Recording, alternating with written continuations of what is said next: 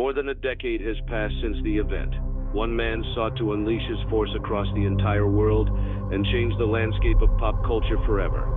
We are still feeling the effects to this day. Meet Satan! Fuck that! If you're someone like me who grew up primarily in the 2010s, you could not escape this chicken. Ooh, feisty little thing. FNAF's collective rise and peak on the internet and just YouTube as a whole is something that I don't think will ever really be replicated ever again. I'm not saying that there aren't similar examples out there, but for most they either fell a bit short or didn't last as long as FNAF's legacy. And as for Friday Night Funkin', I don't know, they're just like the Brad's wife joke of fandom content. If that you know what I'm talking about. I don't even need to explain. While you were talking, Freddy scratched his ball. Minecraft's overall popularity with just the game itself was definitely above what FNAF accomplished, but in terms of fan-made internet content, I felt like these two were pretty equal. At least that's how it felt at the time. Sure, Minecraft's staying power has lasted way longer and it continues to have relevancy, and that's not to say that FNAF doesn't, but it definitely isn't what it used to be. I definitely indulged in Minecraft content on YouTube as a child, but I was pretty selective with my choices. I checked out the other guys, but for me, it was pretty much Dan or bust. I didn't really care about anybody else. And for me personally, that mentality transferred right over to FNAF content. You know, anybody can make whatever they want, but if it ain't got the guy with the pink mustache, I ain't watching it. Where the fuck is it? Just kidding, only real ones know it's Wilford Wharf's stash. Markiplier was the only Let's Play channel that I followed throughout my FNAF interest online, because by the end of it, he was just known as the FNAF guy. I felt like that was enough. His content was just really good, and rewatching a lot of it for this video's preparation, I don't really watch Let's Play content anymore, but this stuff still holds up pretty well, and I find it overly entertaining. You know, there's some bits and pieces in there that are, you know, questionable at best in terms of what you would call entertainment. Boobs. Boobs. Sorry, Freddy, I just can't stop staring at you and thinking about boobs. I can't stop staring at anything and thinking about boobs. Some fan at some convention asked me if I knew how to twerk. But he fit the bill, and that was good enough for me. It wasn't even until recently that I found out that Jacksepticeye even had a FNAF series, and my thought process behind that was just stay in your lane, Happy Wheel boy. But apparently I'm turning into Jacksepticeye. I am such an absolute whore. Markiplier's rise as a pivotal role in the YouTube space of horror Let's Play channels is due in part primarily to his FNAF series. But of course, this success is shared both ways. Neither of these two would be the juggernauts they are today without the support of each other. Markiplier was already on the rise in this space before FNAF's release, with games like Amnesia and Slender really laying the groundwork for this style of Let's Play on YouTube. Amnesia had more of a cult following type deal, but with Slender, everyone and their grandma was playing this game and uploading it to make the dumbest thing you've possibly seen on the internet. And both of them really popularized the idea of fan-made content using a lot of the original game's concepts. Amnesia had its custom stories, but Slender was where the real money was. There were already dozens of channels out there playing shit like Slendy Tubbies and Swamp Sim. Hey now, you're a rock star.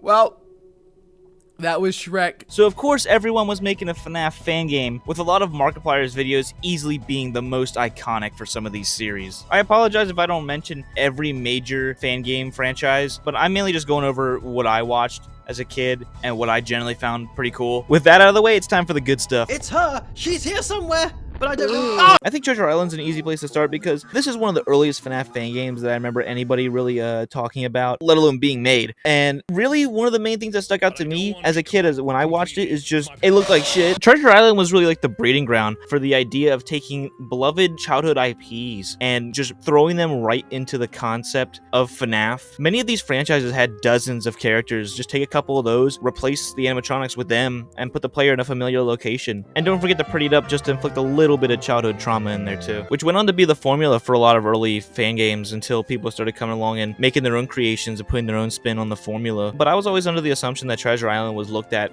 pretty negatively, and from what I can understand, it was, but people have really come around to appreciate what Treasure Island really set the groundwork for. I only watched videos for the first game and the end of Disney, but it's really cool to see how many people have shown their love and support for Treasure Island as a franchise. I definitely got to mention Five Nights at Wario's. This was another one that kind of fit the exact same vein. I didn't watch a lot of it though, mainly because I was a huge Mario fan as a kid, and anything that kind of took that IP and warped it, I wasn't a big fan of. I'm talking to you, you Flash Kids piece of shit. Luigi! coming for you, Nick. I don't know where Jeffy's at. What's up, Nick? That's right, Nick. Shut the fuck up! I specifically remember one day waking up early in bed and turning on the TV onto Cartoon Network, and it was still on Adult Swim, and Robot Chicken was on. It was playing that Mario and Luigi Vice City episode or whatever, where they like get killed in like a shootout with the police. That genuinely scarred me for like the entire day. But SpongeBob I had no problem with. By the time I was growing up, that show was looking gross as fuck anyway. I thought Five Nights at the Krusty Krab was just kind of alright, but Five Nights at the Chum Bucket is where it really came together, dude. I loved Five Nights at the Chum Bucket, dude. The whole setup of only being able to use 2 power sources at the same time was so tense. Even the little stuff, that heavy sound when you shut the door and you see it twist and lock above, it made the situation feel so urgent. Then you have like the real selective lighting and the dust all in the air, and you see like artifacting on the cameras and stuff. It nailed atmosphere for sure. And all of this for a game that takes place in the freaking Chum Bucket. Plus these designs, dude, the designs for the animatronics here are so badass. I loved everything about Five Nights at the Chum Bucket. It was easily one of my favorite fan games watching as a kid. Plankton's cum is my favorite breakfast, lunch, and dinner. Five Nights with Mac Tonight. I've always liked the design for Mac Tonight, even though he's a symbol for hate speech, so forget about that. Dad, that's Mac Tonight. Five Nights at 39. Markiplier's playthrough of that was always pretty funny because 39's an asshole, and that's the whole joke. Candies was always a slam dunk of a trilogy. I think the designs for all the characters in the first game are pretty good. The penguin was dope, and Blank was really neat because it definitely had some like Mangle inspiration, because how Mangle was like this pull apart put back together toy, and how Blank is like this sheet of paper that you see scribbles all over. I really like that. The mechanics of Candies 2 are pretty bad, and the gameplay overall just really sucks. I think the setting of a warehouse could have been cool if it wasn't just gray all over the place. It's all just fucking gray. At least stack some shelves up or something, come on. Candies 3 was thankfully a really good redemption and finish. Having to constantly manage the cassette player. You're a very good boy. He was a good boy. No. Why did you turn it off? I'm bumping it. Along with, rather than just shutting doors to keep animatronics out, you gotta engage Rat and Cat in these like minigame style sequences. It made the game way more engaging and kept you really focused, unlike Candies 2 where you were constantly falling asleep. Candies 3 in general is probably just one of the best FNAF fan games out there, really. Five Nights at Fuckboys is just... It's just Peter Piper picked a penis. It makes total sense Markiplier had to play these games drunk, man. But what I don't understand is how he somehow got 19 episodes out of the trilogy. That's his most played fan game series. Sure. But easily, the community standout for me personally is Joy of Creation, both Reborn and Story Mode. Sure, Reborn was more of just like a teaser for the concept of what the Joy of Creation really could blossom into, but it was still really cool. Yeah, you're just grabbing collectibles the entire time, but the ignited animatronic designs and their mannerisms are really intimidating. I love these designs. And while all but one of the missions is just running through corridors to get your collectibles, the fact of hearing the noises they make and seeing the lights of their eyes down a hallway you're about to turn, it leaves you really intimidated. The only one that doesn't follow this formula is Chica's, where it's just like, kind of like a Slender thing where you're just outside in the woods running around grabbing your collectibles instead of inside the house. So there's a bone out there for all the Slender fans, I suppose. But Story Mode is the standout. Sure, the dialogue and whatever is kind of... When Five Nights at Freddy's just ended. I hate you. I've always hated you. But each memory not only being very unique, but also having to play as each of the members of Scott's family is super cool. Joy of Creation is just like the best example of how this community can take the premise of what FNAF is and turn it into its own thing, really. And I love it. Last thing I want to bring up are a couple like standalone games that aren't exactly FNAF fan games, but they came out after FNAF's release and really took the hype train to the big indie horror boom that FNAF originally started. Tattletale was always one that a lot of people talked about. I actually played it myself a little while back, and it's decent fun. It's not like anything mind-blowing. It's pretty simple, all things considered. You know, you get a Furby for Christmas, open it, the Furby's curse, where the fuck. Boogeyman definitely had a lot of FNAF inspiration, but I always liked the design of the character, and the whole setup for the room was always kind of neat. Emily Wants to Play is another one that's up there with the standalones. I also played this one a while back when I got an Xbox port. Markiplier's playthrough was really funny. I think he poked himself in the eye one time. And lastly, Case Animatronics. I played this one a little bit, and the gameplay is just kind of really boring and slow and sluggish. The story's kind of whatever. I always really liked the design of the animatronics, how they were legitimately just not like mascot animatronics, but creepy, full metal robots. Each had their own different mannerisms you kind of had to pay attention to. I just thought it was really cool, and I think that's it. I think I covered all the ones I wanted to cover. My turn. Bring me the omelet. I would be a fool to not mention One Night at Flumpty's. As much as I love Joy of Creation, I feel like Flumpty's is probably like the big one in terms of FNAF fan games. The love for Flumpty's was so immense, and I think that's interesting considering the game being so short, but it surely was due in part to how just unique this lineup of characters is. It's FNAF, but the main guy's an egg, okay? But none of these guys can touch Blam. Flumpty's 1 and 2 were like the premier fan games to play during the peak of FNAF fan game hype. And while I followed everything FNAF related up until like the end of the series being Ultimate Custom Night, I kept a very close eye up to Flumpty 3's release, and that was a big deal. This was a game that seemed like it was never going to happen in a million years, and yet somehow it pulled through and was easily the best in the trilogy by a landslide. I know before this, Jonachrome was known for Riddle School, but I didn't play that at all, really. I was too busy playing better things like Hoodamath Escape Mansion. It sucked that a handful of Let's Players didn't get around to playing this game, but come on. You can't have a viral game without a soundtrack.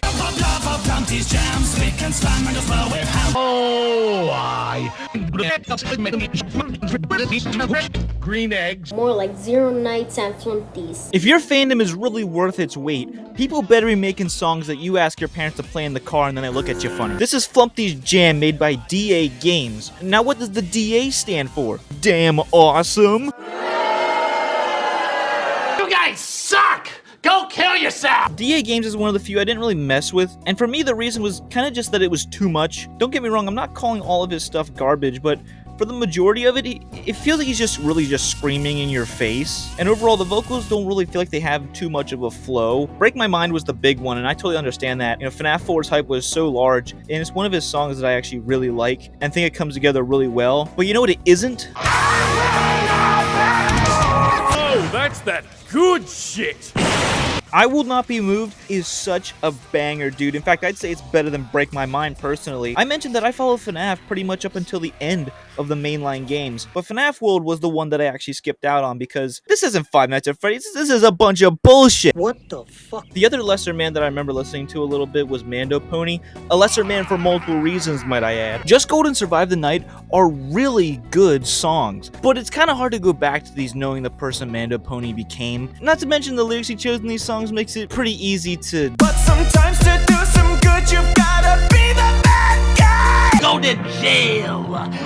Go to jail! Alright, with that out of the way, we can finally talk about the kings of Five Nights at JT Music was always at the top of the game when it came to FNAF fan songs. This guy is still going to this day, and somehow the production just keeps getting better. Like look at this. That's a full-on Freddy suit. This man's gonna turn into William Afton. The newer songs aren't as good as the old ones, of course, but the production on them is just so good that I just have to give them credit for it. I actually really like the Pizzeria Sim song, and also the video setting just being in an actual arcade. I don't know, I just think that's kind of cute. The quality of just the video production put into these new songs is awesome to see, especially because looking back at mainly the first 3 FNAF songs he did, yeah, the majority of the FNAF songs made during the series' original run, which I guess would be like 1 to Sister Location, was just gameplay and that's it. But 1 to 3 had like segments where it would cut to him just on like a green screen background, snapping his head all over the place. The first one just has him flipping a MacBook up and down on a fucking green screen. And then in 5 More Nights, it's not even on a green screen. He's just turned the lights off. And he's just in the pitch black with a lantern, dude.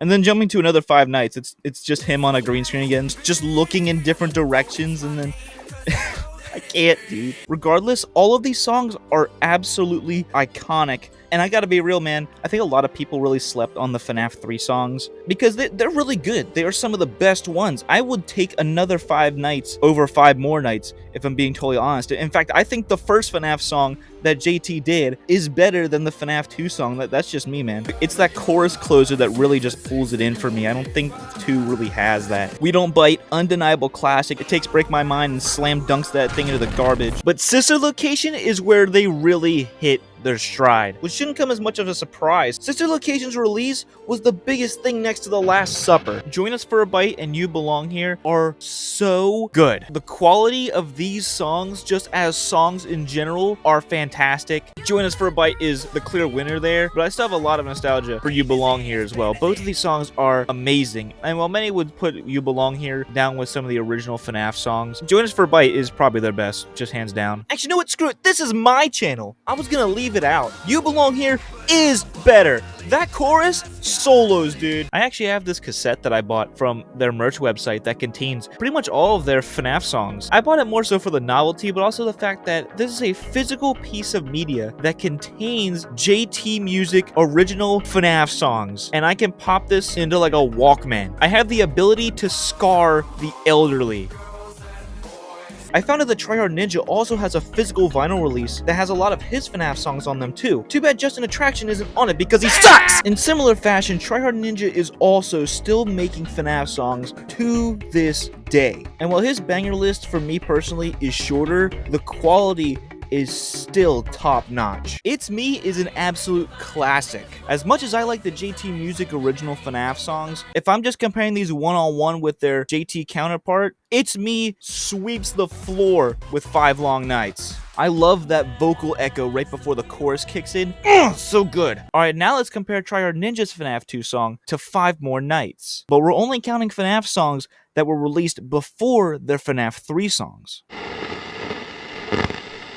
So I guess Tryhard Ninja didn't make a FNAF 2 song. Thank God! Same thing, Bringing Us Home, straight sweep. But easily my personal favorite is Just an Attraction. Again, the FNAF 3 songs that were put out during this time are all fantastic. But something about this one, man, I love Just an Attraction a lot. The only thing that really kind of bugs me about it is the ending of the chorus, because I've seen so many people talk about it, and yeah, it just sounds like he's saying bark the whole time. I don't care. I love it. And it makes that other guy's FNAF 3 song look a whole lot worse. You know who I mean. I'm talking about This Attraction is great. So many guys I can receive pussies. I have so much nostalgia tied up with this guy that he could probably just get his own video at some point down the line, so I'll just save it for that. But in short, all of his FNAF parodies suck booty hole. And of course, I can't not mention The Living Tombstone. These first 3 FNAF songs from them are probably like at the top of all FNAF songs, period. I mean, the movie ended with The Living Tombstone's first FNAF song. This is unironically legendary stuff. Do you remember that car joke that I made earlier? That's real. You know how many times we get in the car for a drive and my mom would throw on her Amazon Music and then we were immediately blasted by...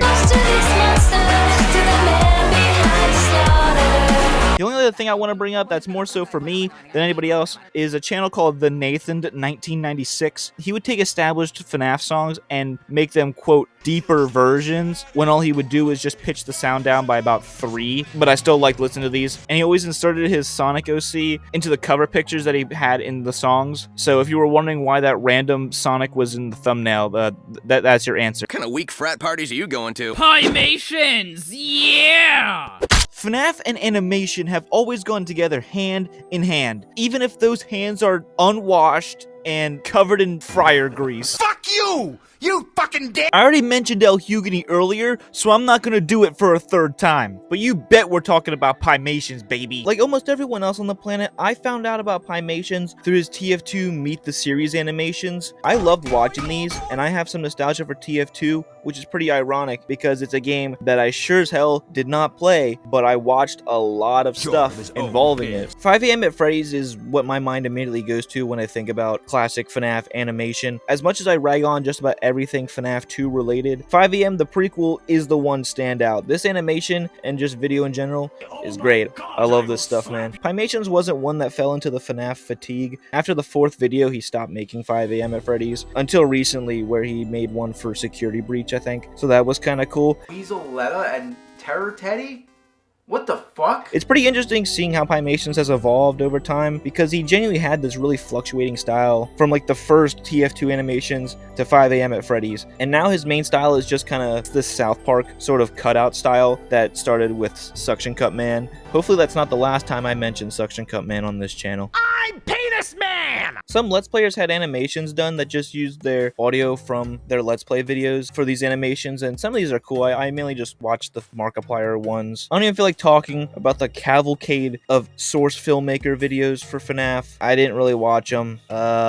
Yeah, SMG4 had Freddy Spaghetti Rhea. Yeah, cool. You know, back when SMG4 was actually worth something, and now he sucks. And then there's you. Fazbear and Friends is such a double-edged sword because genuinely the animation here is beautiful and some of the jokes are really, really good. The perspective of the Night Guard viewing the animatronics like this is genuinely funny. And then you up and do shit like this. The presentation of this video ages so well, but this right here, this joke sucks. This isn't funny, okay? I watched a lot of Hot Diggity Demon as a child, but I definitely shouldn't have been, and that's putting it lightly. You should, however, go watch that new Fazbear and Friends series by ZAMination. That stuff is gold. I don't know where else I'm gonna mention FNAF Not Scary, so I'm just gonna do it here. These videos are pretty aight. They're pretty good. You know, we got some classics in here. Hey dude, the pizza's here. They're made by Garrett Williamson. He does the music for Scott the Woz.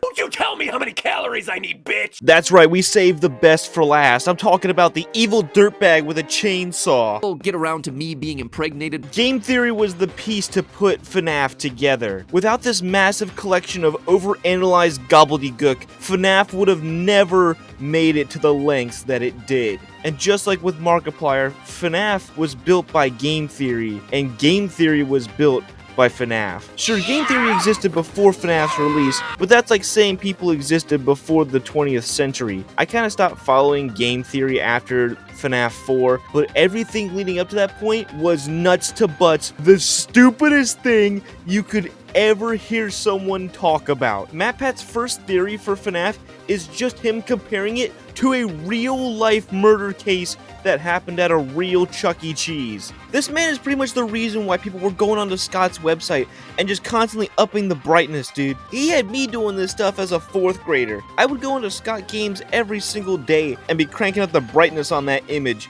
just to find some hint of a scribble of something cool so I can brag about it to friends at the playground or something. The lengths that MatPat went to lay this entire foundation out was unlike anything anyone had ever seen. Even Scott came out and was like, yeah, he got it right. MatPat had laid out an entire timeline for the series just for Scott to come in and tell him, nah, you wrong. Fuck you! And just wipe his ass with all of this work.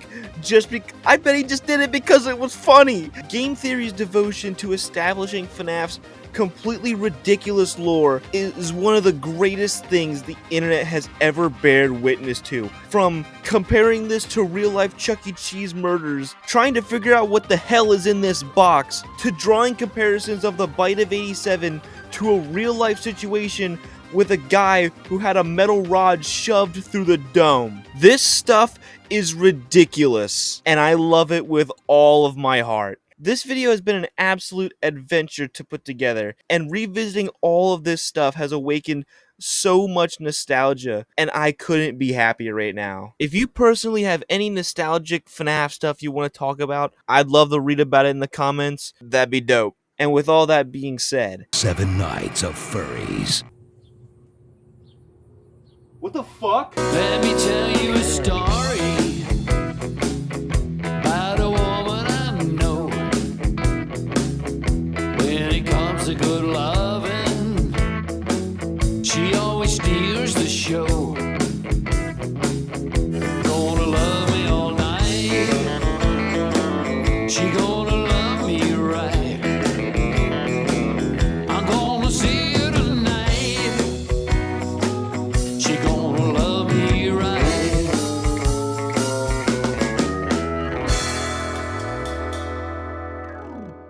Sitting on your ass doing absolutely nothing.